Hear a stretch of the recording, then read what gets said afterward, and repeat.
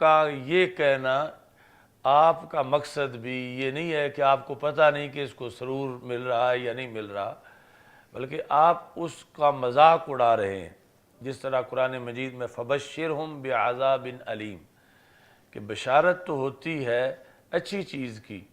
اور وہاں یہ ہے کہ ان کو بشارت دے دو عذاب علیم کی، تو وہ بھی علی سبیل التحکم کہا جاتا ہے، جو اللہ تعالیٰ کی طرف سے ہے کہ ان کو بشارت دے دو۔ بشارت کا اصل مقصد تو یہ ہے بشارت دے دو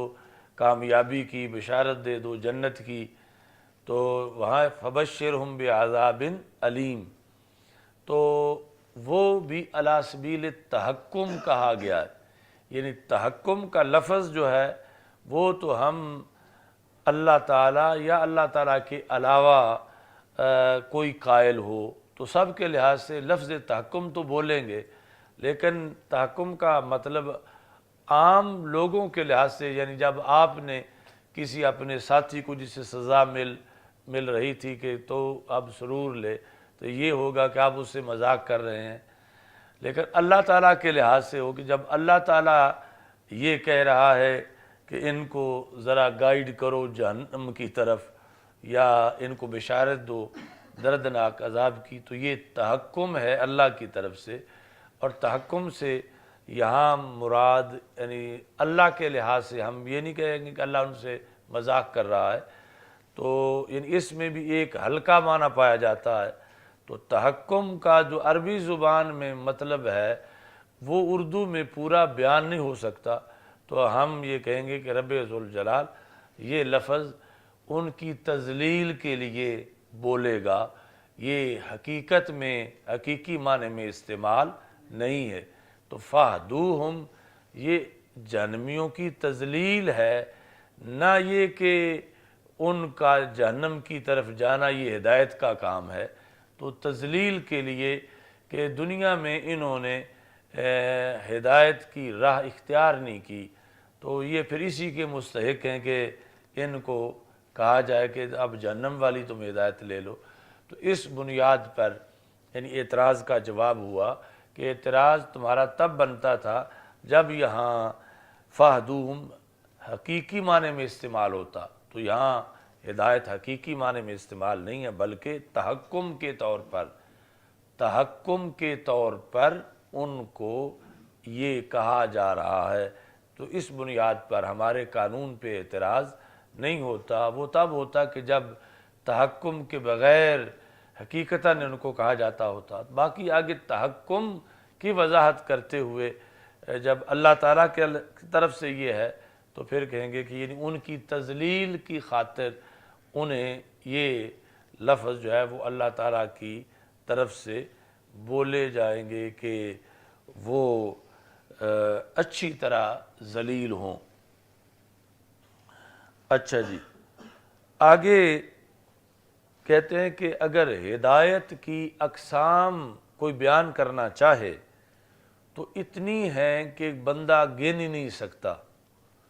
تو جب ایسی صورتحال ہو تو پھر وہاں اجناس بیان کر دی جاتی ہیں۔ ایک جنس کے اندر آگے ہزاروں انواع آ سکتی ہیں ایک ہی جنس کے لحاظ سے۔ تو اس بنیاد پر انہوں نے کہا وَہِدَایَةُ اللَّهِ تَعَالَى، اللہ کی طرف سے جو ہدایت ہے، یعنی چونکہ لفظ ہدایت غیر اللہ کی طرف بھی تو منسوب ہوتا ہے، وَإِنَّكَ لَتَهْدِي إِلَى صِرَاطٍ مستقیم، کہ رسول اکرم صلی اللہ علیہ وسلم کو کہا گیا کہ آپ یقیناً صراط مستقیم کی ہدایت کرتے ہیں۔ تو ہادی ہونا، تو جو اللہ کی طرف جب نسبت ہو کہ ہدایت اللہ دے رہا ہے، تو اس ہدایت کی جو اقسام ہیں وہ کسی شمار میں نہیں آتی۔ لا یحصیہا عدد، کوئی عدد ان کا احصاء نہیں کر سکتا، ان کا احاطہ نہیں کر سکتا کہ کہا جائے کہ 1,00,000 قسم ہے ہدایت کی، اس سے بھی زیادہ ہیں، یعنی وہاں ایسا عدد ہی نہیں جو ساری اقسام کی کا احاطہ کر سکے۔ لیکنہا تنحصر فی اجناس مترتبۃ، تو حصر اگر کوئی ہدایت کا کرنا چاہے تو اجناس میں کر سکتا ہے، چونکہ جنس کا دائرہ وسیع ہوتا ہے اور جنس میں ابہام کی وجہ سے بہت زیادہ گنجائش ہوتی ہے کہ اس کے اندر قسمیں سما جائیں، تو اس لیے یہ کہا کہ لیکنہا، لیکن ہدایت تنحصر منحصر ہے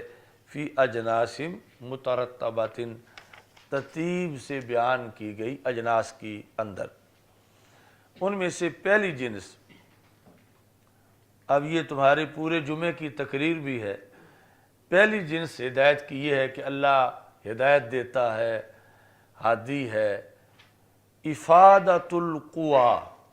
قوت کی جمع ہے، ایسی قوتوں کا کسی پر فیضان کر دینا، یعنی ایسی قوتیں دینا، التی بہا یتمکن المرء من الاہتداء الی مصالحہ، کہ جن صلاحیتوں کی بنیاد پر ایک بندے کو اپنے مسالے کی خبر ہو سکے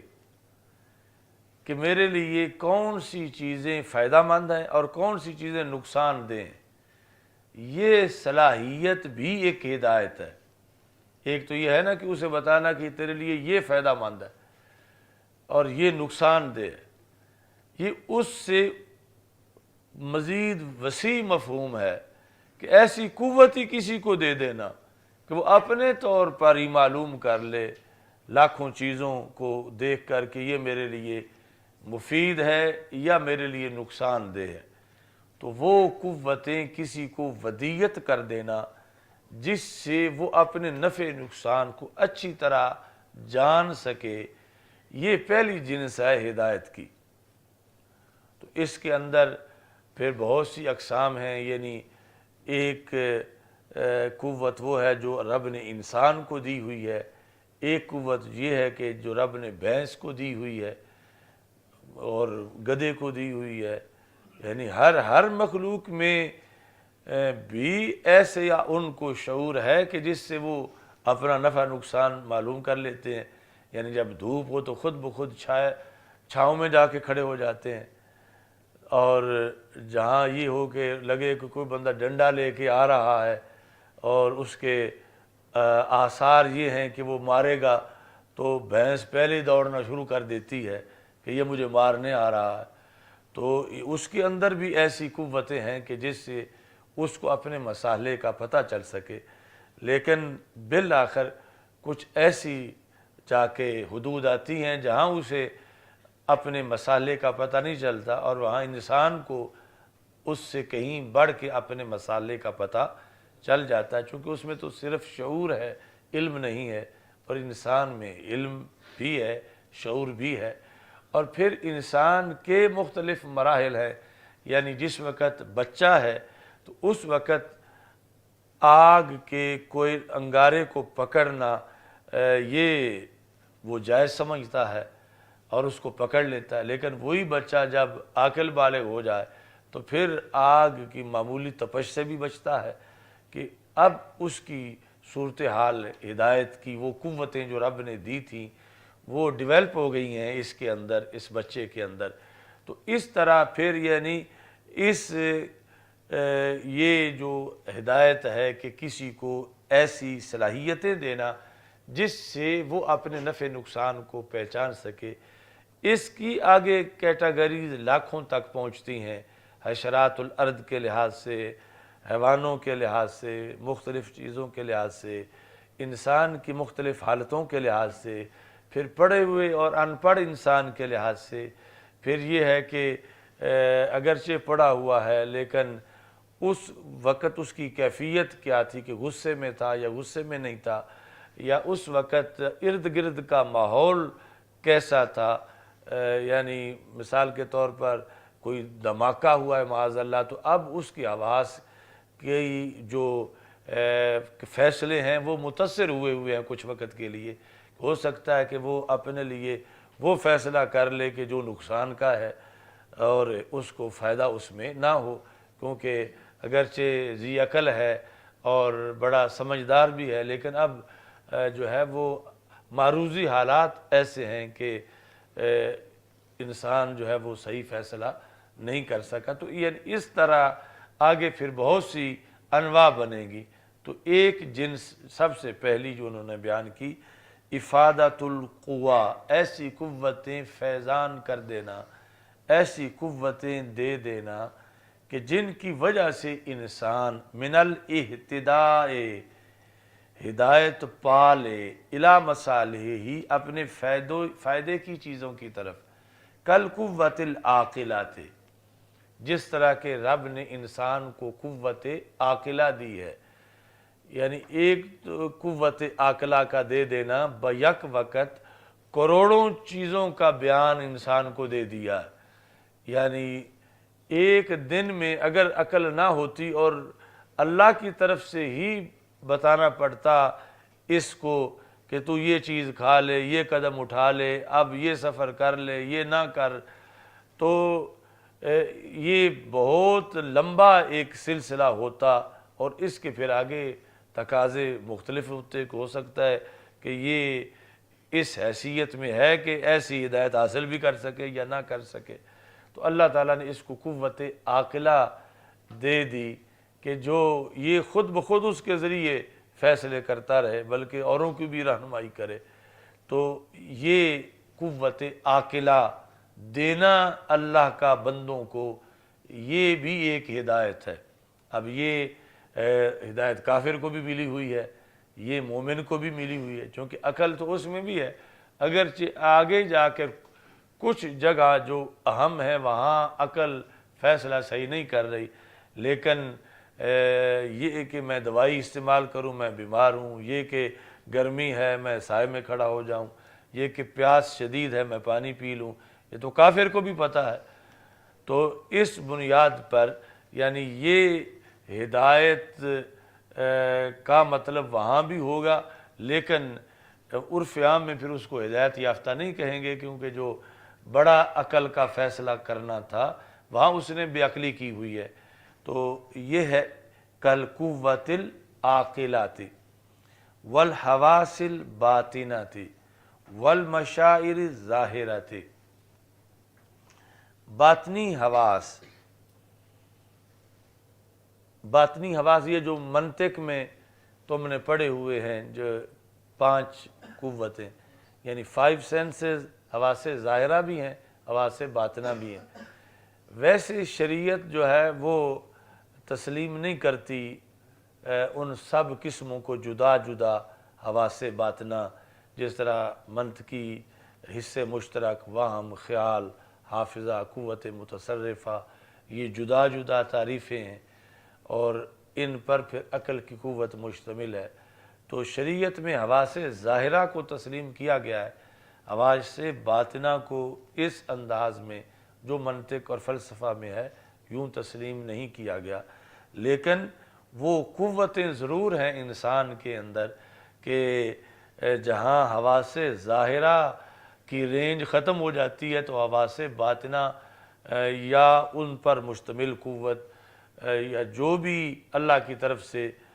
جس قوت کا نام عقل ہے، اس کے ذریعے وہ ان چیزوں کا بھی ادراک کر لیتا ہے کہ جن چیزوں کا حواس ظاہرہ سے ادراک نہیں کر سکتا۔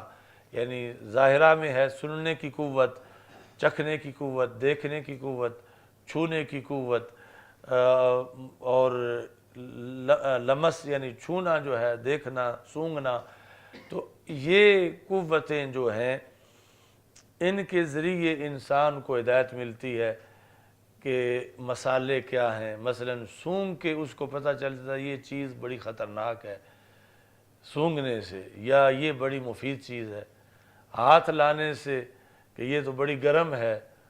تو میں جل جاؤں گا، ایسے ہی کسی سے سن کر، دیکھ کر۔ تو یہ سارے جو مشاعر ظاہرہ ہیں، اور پھر جب ان کی رینج ختم ہو جاتی ہے، کیونکہ بندہ دیکھ ایک حد تک سکتا ہے، سن ایک حد تک سکتا ہے، چکھ ایک حد تک سکتا ہے، اور چھو کے معلوم ایک حد تک کر سکتا ہے، تو اس سے کہیں دور تک ایریا بذریعہ قوت عاقلہ فتح کیا جا سکتا ہے، یعنی ایسے جو نتائج محض حواس ظاہرہ سے حاصل نہیں ہو سکتے۔ تو اللہ تعالیٰ نے پھر یہ اس کو حواس، قوت عاقلہ، حواس باطنہ اور مشاعر ظاہرہ، اس طرح کی یہ چیزیں جو ہے اللہ نے ودیت کر دیں انسان کو، تو یہ بھی ایک ہدایت ہے۔ اگرچہ اس ہدایت کا اطلاق تو کافر پہ بھی ہو سکتا ہے، لیکن یہ جو اس کا احسن اطلاق ہے وہ مومن پر ہوگا۔ دوسری ہدایت، پہلی کا ایریا تھا وہ انسان کے اندر تھا ہدایت کا نظام، دوسرا ہے کہ انسان سے باہر ہدایت کے دلائل نصب کر دینا بلا تشبیہ و تمثیل، یعنی ایک ہے بندے کی اپنی آنکھ صحیح ہو، دوسرا ہے کہ گلی میں بلب لگا ہوا ہو۔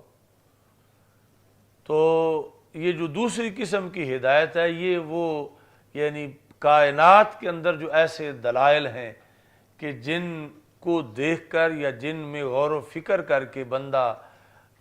بھلائی تک پہنچ سکتا ہے، تو رب نے وہ بھی ان گنت ہدایت کی قسمیں ایسی بھی بنائی ہیں، یعنی جنس یہ ہے مگر اس کے اندر جو انواع ہیں وہ بہت زیادہ ہیں۔ نصب الدلائل الفارقات، نصب کرنا ایسے دلائل کو جو فرق کرتے ہیں، کہاں؟ بین الحق والباطل والصلاح والفساد، کہ یہ حق ہے یہ باطل ہے، اس کو سمجھنے کے لیے رب نے کائنات کے اندر، انسان سے باہر کائنات کے اندر ایسے دلائل جو ہیں وہ نصب کیے ہوئے ہیں جن کو دیکھ کر وہ حق باطل کا فیصلہ کر سکتا ہے اور صلاح اور فساد کا فیصلہ کر سکتا ہے۔ یعنی یہ جو البارہ تدل علی البعیر و آثار القدم تدل علی المسیر فالسماء فیہ ابواب والارض فیہا فجاج الا لا تدل ذلک علی اللطیف الخبیر، کہ یہ جو آپ نے نور الانوار میں بھی پڑھا ہوگا کہ کسی نے چرواہے سے پوچھا کہ کائنات کو دیکھ کر ہدایت کیسے حاصل کی جا سکتی ہے؟ تو اس نے کہا کہ ہم جس وقت کہیں جاتے ہیں کسی جگہ چراگاہ میں، اور وہاں ہم نے ہوتا ہے کہ کوئی پہلے ہم سے بھی آیا ہے یا یہ سب ابھی تازہ چراگاہ ہے چرنے کے لیے، تو اس نے کہا کہ یہ ہم رہنمائی مینگنیوں کے ذریعے حاصل کرتے ہیں کہ وہاں اگر مینگنیاں پڑی ہیں تو ضرور بکریاں آئی ہیں، یہ نہیں کہ کوئی پیک کر کے وہاں پھینک آیا ہو۔ یعنی بکریوں کے جانے پر البارہ تدل علی البعیر، اسے لیدنا جو ہے وہ اونٹ پر دلالت کرتا ہے کہ یہاں سے اونٹ گزرے ہیں، اور قدم کے نشان جو ہیں وہ چلنے والے پر دلالت کرتے ہیں۔ تو اس نے کہا یہ چھوٹی چھوٹی چیزیں جب دلالت کرتی ہیں خاص مفاہیم پر، تو اتنا کھلا آسمان اور اتنی کھلی زمین یہ پھر اپنے بنانے والے پر کیوں نہیں دلالت کرتے؟ تو یہ بھی دلالت کرتے ہیں۔ تو اب یہ ہے کہ وہ دلائل نصب کیے ہیں اللہ نے کائنات کے اندر کہ جن کو دیکھنے سے ہدایت ملتی ہے، یعنی آسمان کو جو دیکھے تو اس کو یقیناً اگر ہٹ دھرم نہ ہو تو دلالت ملے گی کہ یہ جس نے پیدا کیا وہ ذات قدرت والی ہے، اور پھر یہ جو نظام ہے یہ بائی چانس نہیں بنا بلکہ ایک بڑی ذات اس کو چلا رہی ہے، جس کی وجہ سے وقت پہ سورج غروب ہوتا ہے، وقت پہ طلوع ہوتا ہے، وقت پہ بہار آتی ہے، وقت پہ خزاں آتی ہے، دن رات اور ہواؤں کا چلنا، اور ہر چیز جو ہے اس کے اندر جو ہے وہ جب وہ تدبر کرتا ہے تو یہ دلائل فارقہ ہیں بین الحق والباطل۔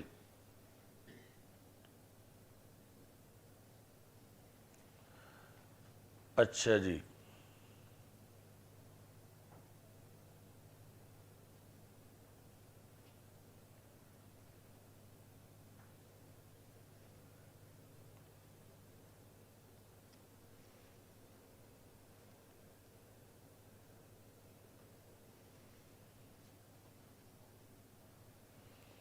تو یہ پھر تفصیلی باتیں ہیں، یعنی توحید کے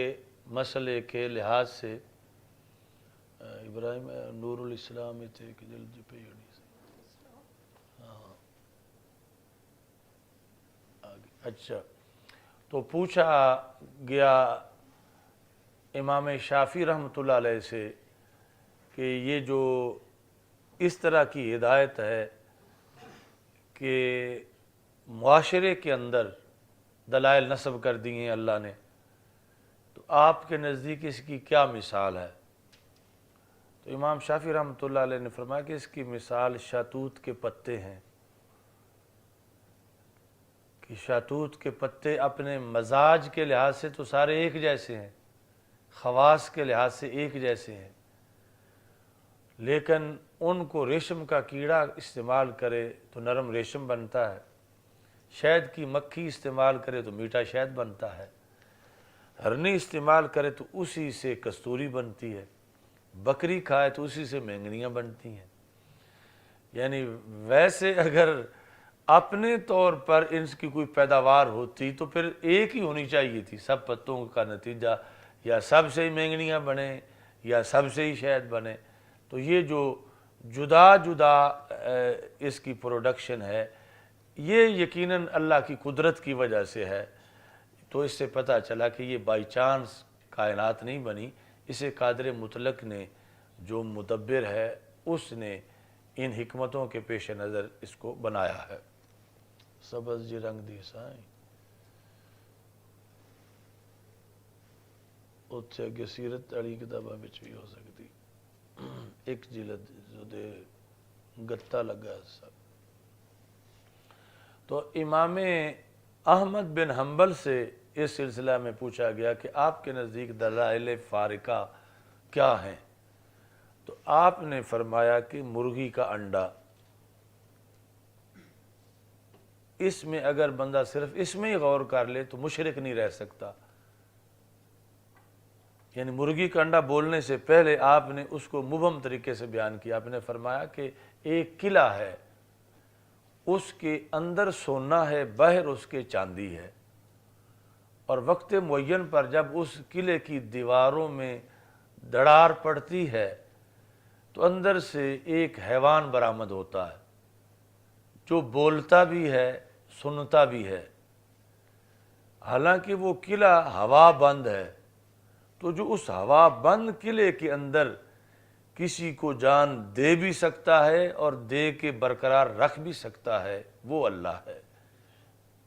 پھر پوچھا گیا کہ وہ کون سا قلعہ ہے، کہاں واقع ہے؟ تو انہوں نے کہا مرغی کا انڈا ہے، کہ یہ ہوا بند ہے، درمیان میں وہ زردی ہے، ارد گرد جو ہے وہ دوسرا پانی ہے۔ تو یہ ایسی صورتحال ہے کہ جب وقت معین پر وہ یعنی مرغی کی خصوصی گرمی پہنچ چکی ہوتی ہے تو انڈا ٹوٹتا ہے تو اندر سے بچہ برآمد ہوتا ہے، تو وہ نکلتا ہی بول رہا ہوتا ہے اور سنتا بھی ہے۔ تو ایسے بند ماحول میں جہاں کوئی بظاہر امکان ہی نہیں کہ باہر سے اندر ہوا جائے اور کوئی زندگی کا تصور ہو، تو جو اس طرح کر کے زندگی دے وہ رب کائنات ہے، وہ وحدہ لا شریک ہے۔ امام مالک رحمۃ اللہ علیہ سے یہ پوچھا گیا کہ آپ کے نزدیک کیسے سمجھا جائے اللہ کی قدرت کو، اور کائنات کی کون سی چیز بہترین طریقے سے بندے کو سمجھا سکتی ہے کہ